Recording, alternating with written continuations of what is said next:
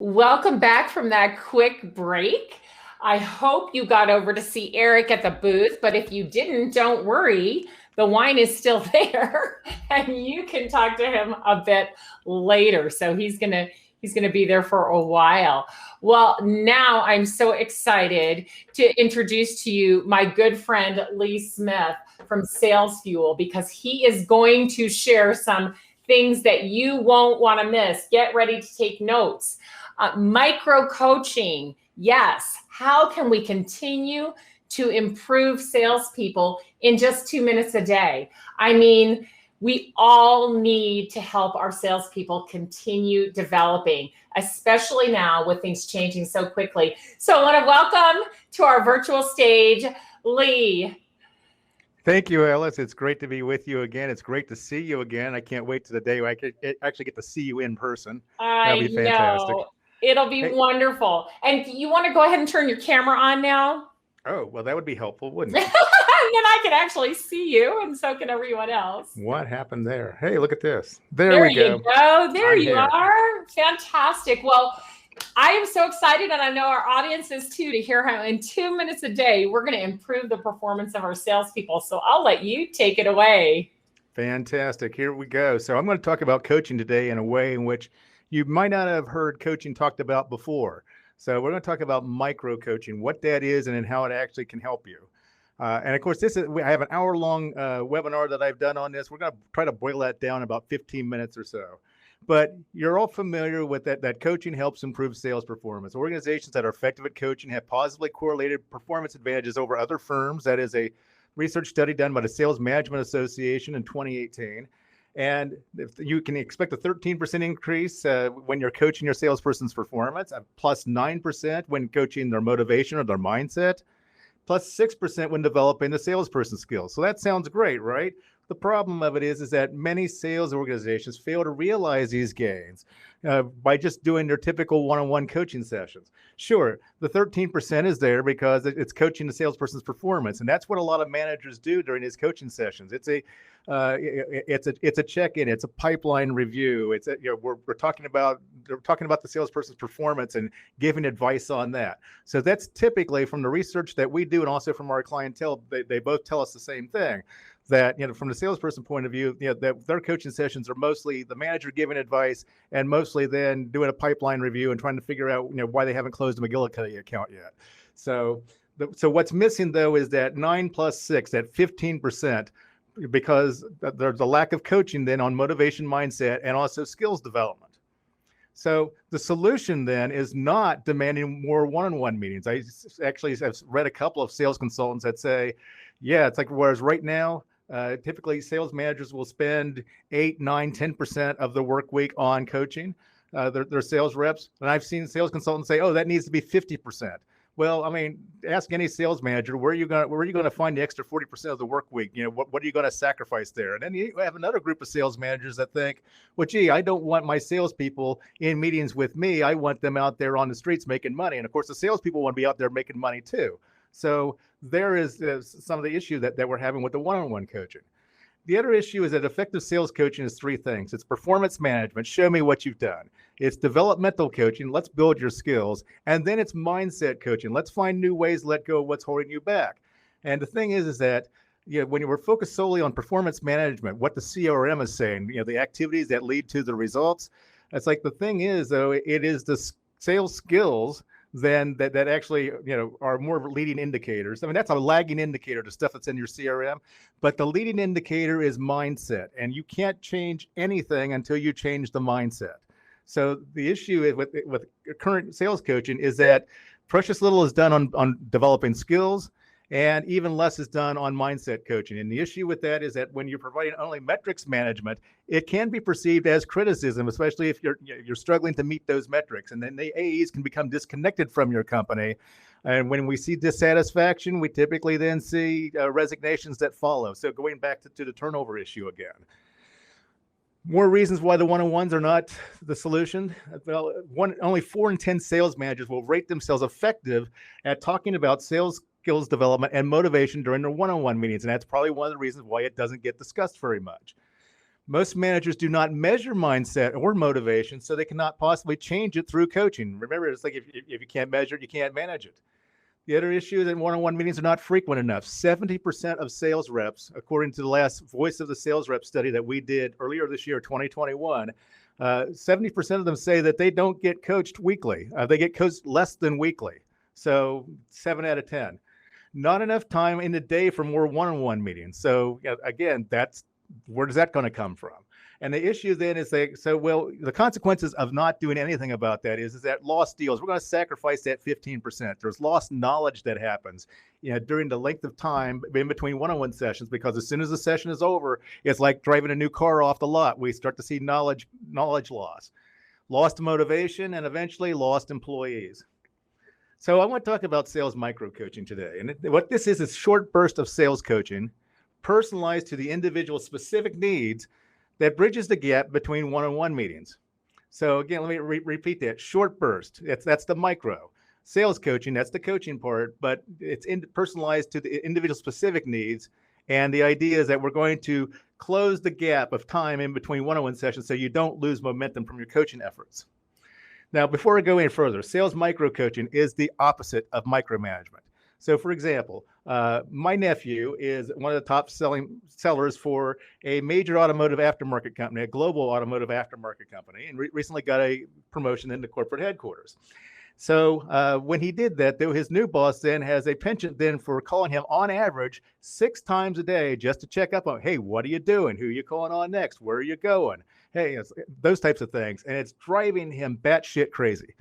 To the point where, he is getting those emails from the sales recruiters of other companies that are desperate for salespeople, trying to lure him away from this company. And now he's starting to consider it. So micro coaching is different in the fact because we're not doing check-ins, we're not checking up on them.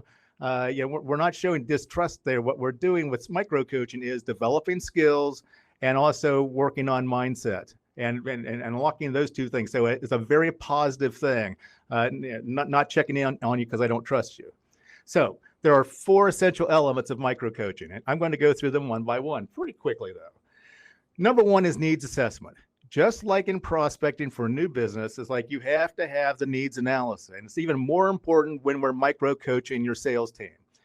I prefer to use a sales aptitude test because I want to measure the sales acumen. Yes, by all means, use the CRM metrics that you have. Of course, you're already doing that.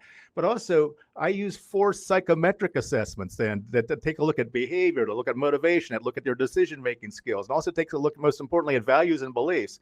And all 5 of those things put together in the needs assessment reveals their strengths and what holds them back. Once you have that information then, along with what you see with the eye test every day with that salesperson, now we can have step 2, which is adaptive learning.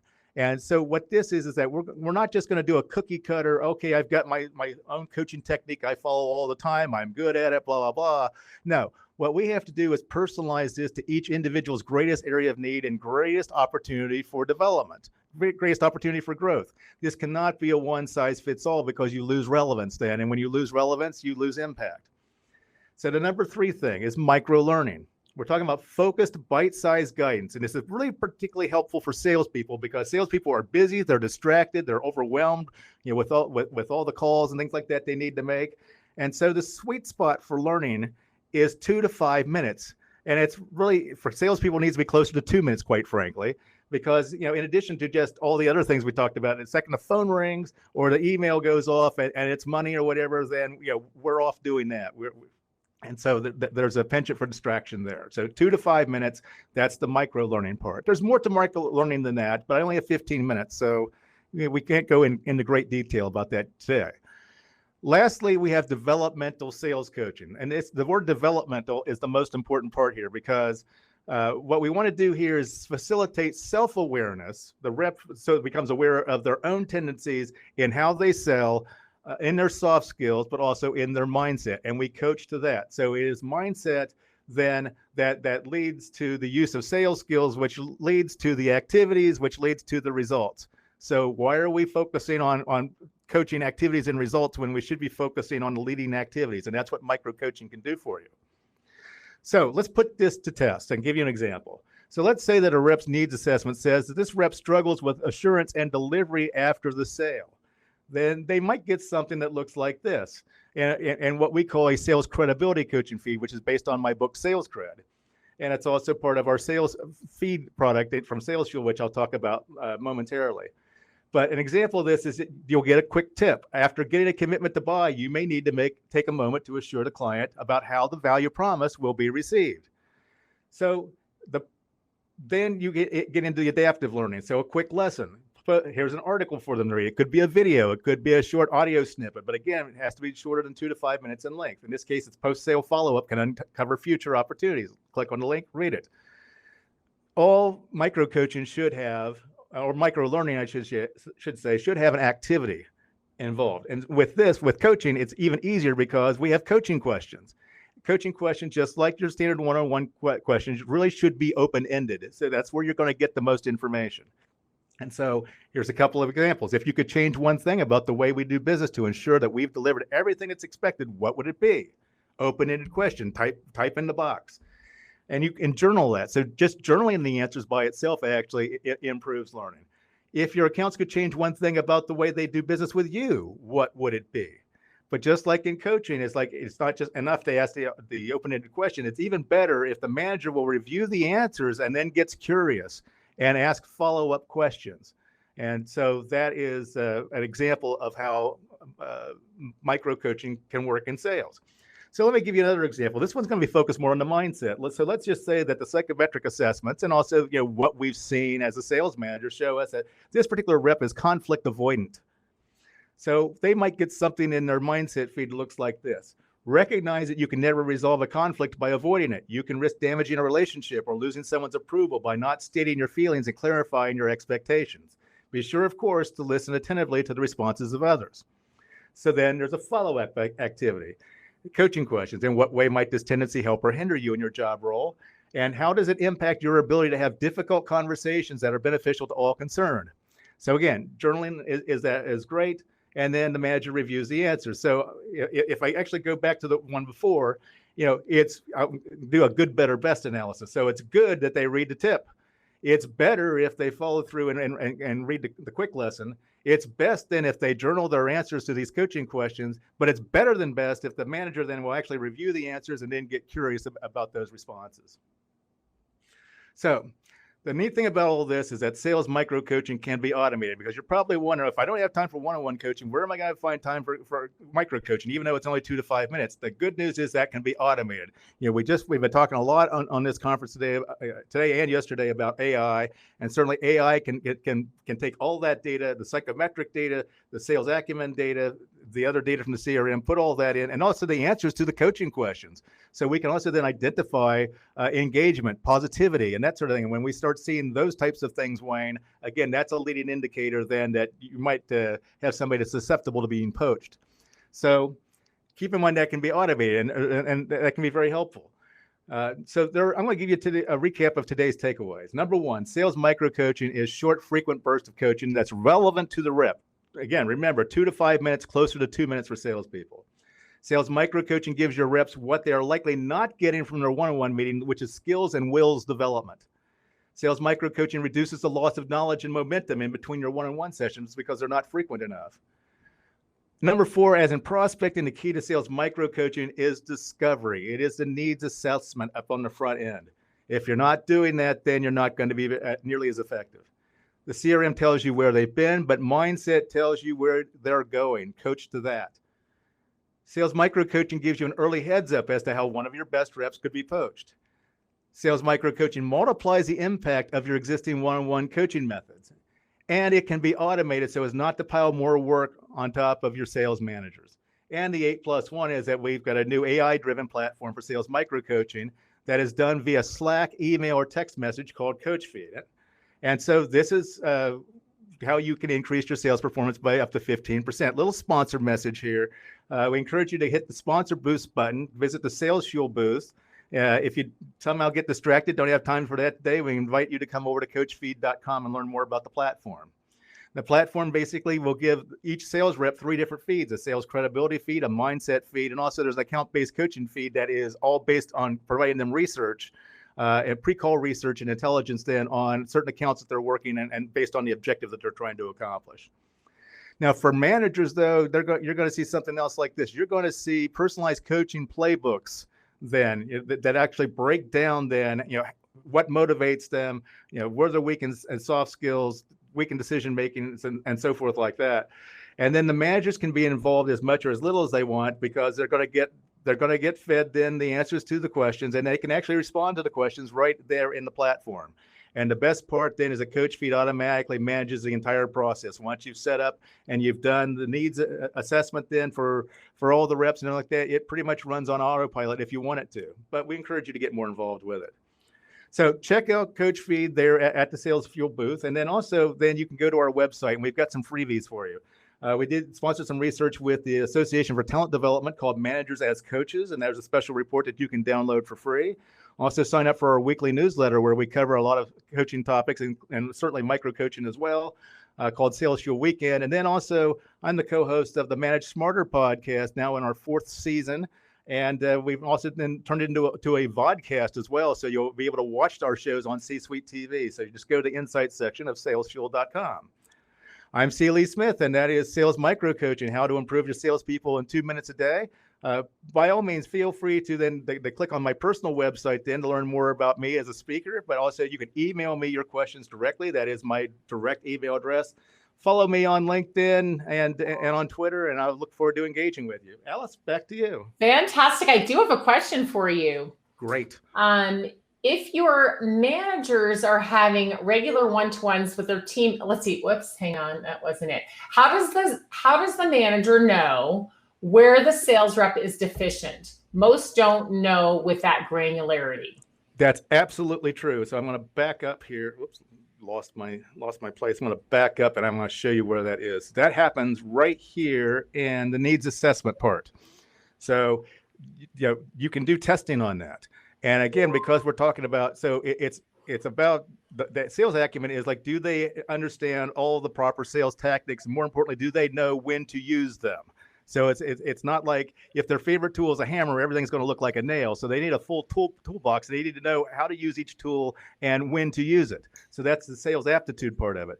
But it's the mindset that's really most important then, because it impacts in how they deal with people. Do they have empathy? Or do they gravitate more to process, or do they gravitate more toward getting things done? Do they fully understand their role and what their purpose is and what they should be doing? And it is their behavior and how they're adjusting their behavior then to be more successful on a sales job. But also keep in mind then too, when they're under stress, their behavior is different. So when you do the needs assessment through psychometric assessments, again, not just one, I see some people then will just do a personality assessment and think that they've got what they need. You're not even close. And then I see other people that do a sales test and they think that they've got what they need. Again, not even close. It's like you need the psychometric assessments and you need the sales aptitude then to put it into the context of the sales role. So when you have that in combination with what you're seeing in the CRM and what you're seeing with the eye test, then you have everything you need to know what you need to do going forward. And then of course you can continue to measure it after that. I have one more question on, I'm not sure I understand it exactly, but he's asking on how do you coach a sales rep who isn't ready to work? And then he says, because he's a managing director candidate, but let's just go with, how do you coach a sales rep who isn't really ready? I put together a white paper also on my website, and I probably should have put this out there called Are They Coachable? And it breaks down then 4 things that you need to be looking for to make sure that your employee then is actually ready and open then to receive coaching, actually to benefit from it. And that's not just about micro coaching, that's about all coaching in general. And so I really break that down because there are 7 blocking attitudes that a salesperson might have then that causes your coaching to fall on deaf ears. And that's micro coaching or one-on-one coaching. So I would encourage you then to go and they're not check out that way. Right. I mean, that's exactly. a whole other story. They have to be ready for the coaching for this to be able to work. Last question, and then we're going to queue up everybody to get to your booth. Where can we find these types of sales tests? So again, as all you got to do, we have all that stuff in Coach Feed. That's where I encourage you to do it, because I've worked with, I've worked with behavioral analysts. I've actually become a certified professional behavioral analyst myself, and during all my training on this. And so we've worked very closely with people then that work with therapists and executive coaches and the like. Then they actually put together a battery of 5 different assessments in that encompass everything that a sales manager really needs to know about their team. Fantastic. Thank you. Thank you so much for sharing all this terrific information. Please go to the SalesFuel booth. They have all this great information, all these resources for you that Lee was sharing, and they are also raffling off a free subscription to their online sales manager training. So absolutely go to the booth and say hello to everyone there and put your name in the raffle for that. And now we have a speed networking break. So I want everyone to have a good time visiting the sponsors and doing the speed networking, and we'll see you back here.